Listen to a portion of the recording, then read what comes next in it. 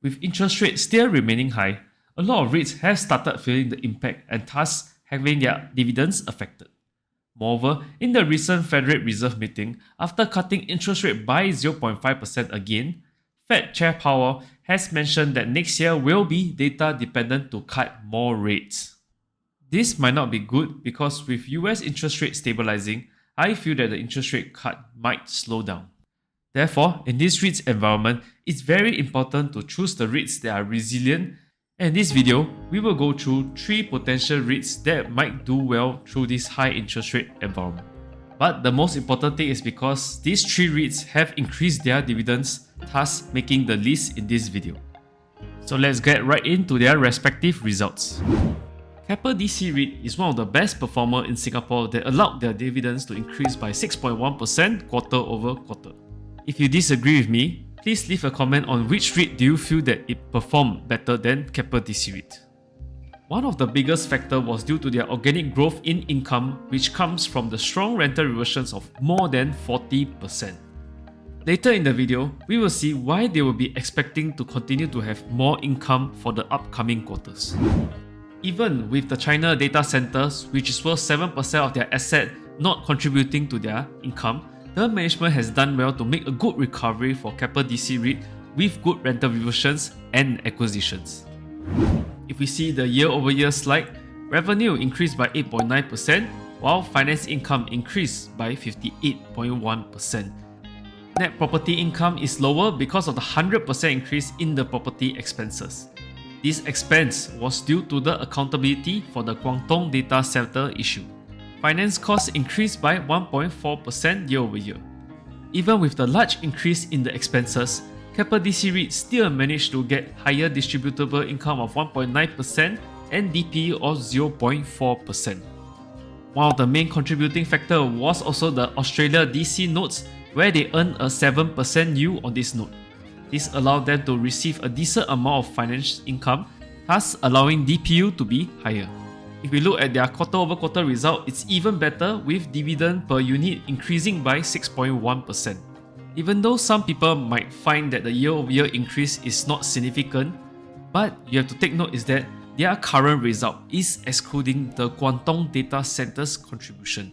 So imagine once they have resolved with the tenant and the contribution starts coming back, we should be able to safely assume that Keppel DC Reit's dividend will continue increasing.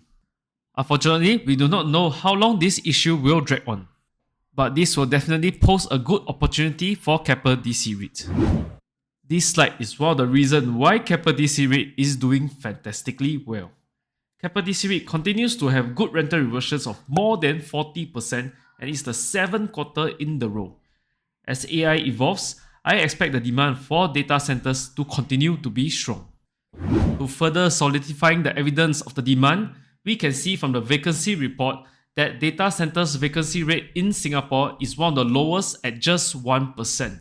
This shows how demand data centers are, especially in Singapore.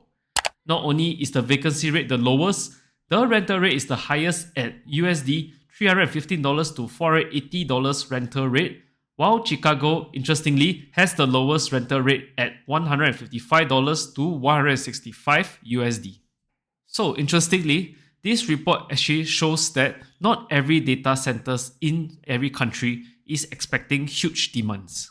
So when it comes to the REITs that you're investing in, it's very important to ensure that they have good rental reversion rates and low vacancy rate in order to ensure good income. For REITs, with good rental reversions, it's always desirable for them to have leases expiring, which gives them the potential to renew the tenant leases at higher rental prices. Keppel DC Reit has potential for more income growth as 11.5% of the rental income are still up for renewal for this financial year. Moreover, next year there is another huge bunch of leases accounting for 20.9% of their income that needs to be renewed. This will be the main reason why I expect Keppel DC Reit's income to continue increasing as they have more leases that needs to be renewed. For the debt maturity, I do not expect the finance cost for Keppel DC Reit to increase that much. This is because they only have 6.3% of their loans that needs to be renewed next financial year. Majority of the loans will come in financial year of 2026 and 27, So we will see what will be the expected interest rate when that time comes. Therefore, for Keppel DC Reit, if the income increase greatly while the finance expenses do not increase that much, their dividends will be expected to increase. Even though it's a very good REIT, it's a very pricey REIT as well. At the current share price, its dividend yield is around 4.8%. So as an investor, you have to ask yourself if you are willing to buy Keppel DC Reit at this price yielding 4.8%. Moreover, you can also estimate the potential increase in the dividends in the future to see whether at this share price is it worth it to purchase them.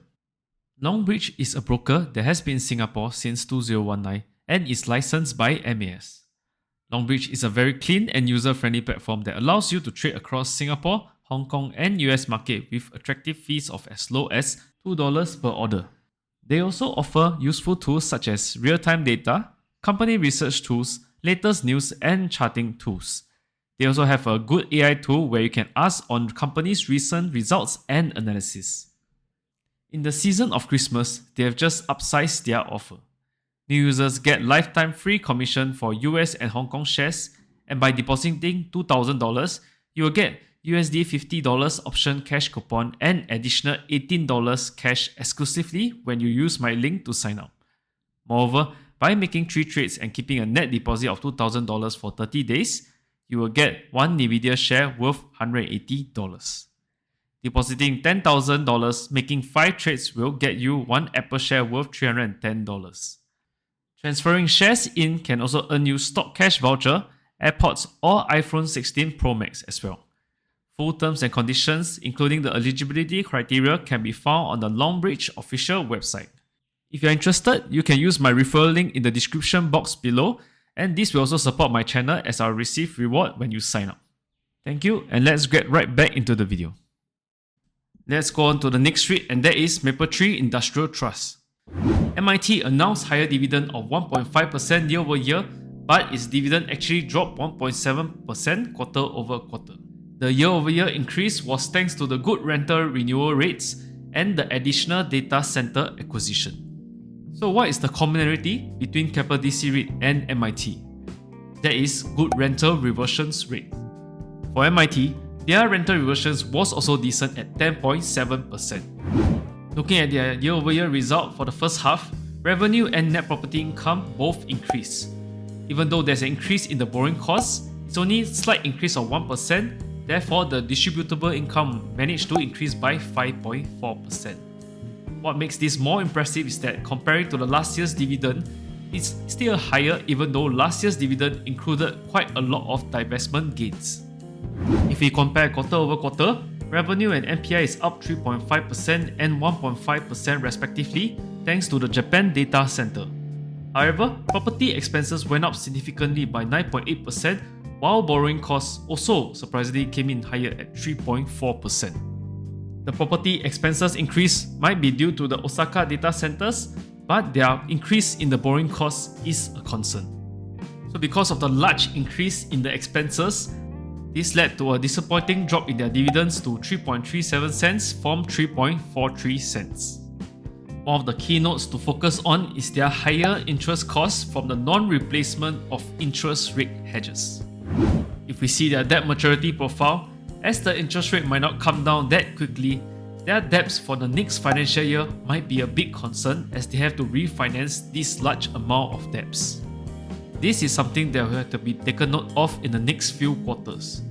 My concern is that with the interest rate at such a high rate, the refinancing of these debts might increase MIT's borrowing costs and will risk dividends drop.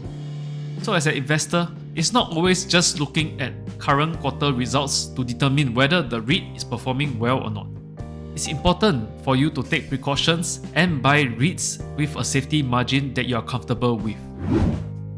Next, for their leases, they have a lot of different classes, thus it's hard to look at each individual class performances. However, with the average lease rental reversions of 10%, it's safe to say that we will expect the lease expiry to benefit MIT. One of the small concerns I have personally will be the leases expiry in North America data centers. It's important that they can continue to lease them out because previously they had one major tenant, which is AT&T, in the American data centers cutting the leases. In the long term, MIT should do well as they expand their assets into data centers. However, in the short term, my concern is with their refinancing of the large amount of debts that might trigger a huge increase in their finance costs for the next financial year. The next REIT that has announced higher dividend is AA Reit. AA Reit has been one of the resilient REITs due to the high number of properties in Singapore. If you have been following Singapore REITs market, those REITs that contains lots of Singapore properties tend to do well. Currently, 75% of the income comes from Singapore property while 25% comes from Australia. Moreover, AA Reit has logistic properties in Singapore and this class in Singapore is of high demands. High demand properties meant that their rental renewals for the tenants can be high, which will lead to more income for the REIT. This is the same example for the Keppel DC Reit Singapore data center properties. That is why if we see their leases, they achieve a high rental reversion of 16.9% across their portfolio. Reason is because logistics is doing fantastic with rental reversions of 28.1% on average. On top of that, their average rental is still below the market rent, which shows the potential for more increase in the rental renewals. Industrial class, which is in Australia, is surprisingly doing well with 19% rental reversions for this quarter. With the logistic leases able to renew at such a good rates, it's very attractive for logistic leases to be expiring. If we see their portfolio, for the financial year of 2025, they still have a lot of logistic leases that needs to be renewed. This will definitely bring in more income for AA Reit due to the lease renewals. This is very similar to Keppel DC Reit where the rental reversions is so high that it benefits the overall income of the REIT.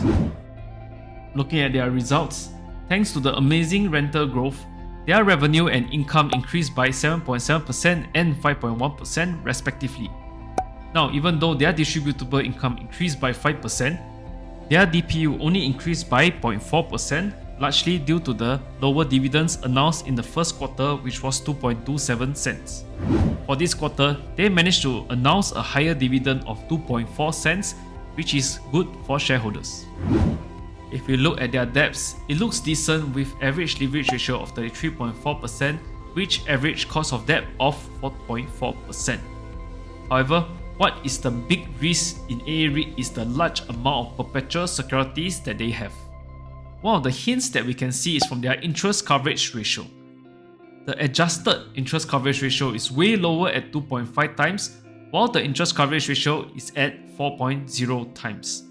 The uniquely large difference in the interest coverage ratio shows the large amount of perpetual securities that we need to take note as investors. The perpetual securities can be found in their balance sheets, which is 373 million. Therefore, if this is accounted as liabilities, AA Reit's leverage ratio will be 54%, which is much higher than what is presented of 33.4%.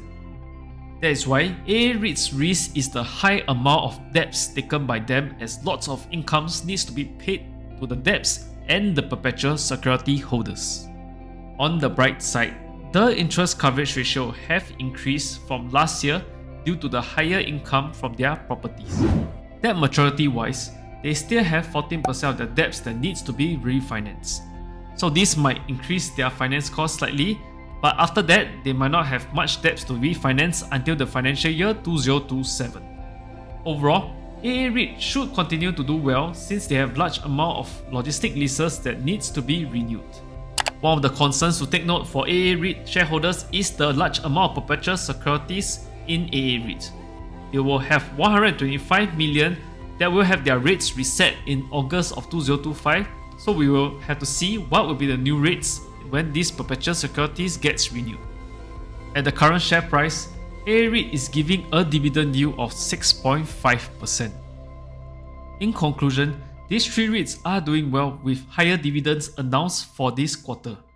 But what is the common good points between these REITs? One is their strong rental reversions leading to organic increase in their income. Next, their finance cost is not increasing that much, thus allowing their income to outgrow the rate of the finance expenses. However, each REIT of course have their own risks. For MIT, one of the observations will be the refinancing of their debts in the next financial year. For AA Reit, the high leverage ratio, if we include the perpetual securities, is the usual risk. One of the things to take note is the new rates that will be set when the first set of perpetual securities gets renewed. For Keppel DC Reit, the risk might be smaller as long as they do not encounter the same issue where the tenants default in large part of their assets like the China quantum data centers. Thank you so much for watching. I hope these videos provide you with good information for your investment decisions. There are also 3 other REITs in this video which might potentially announce higher dividends in the next quarter announcement. You can also watch this other video analysis on banks on why they are performing so well as compared to other Singapore stocks. Thank you, and I'll see you in the next video.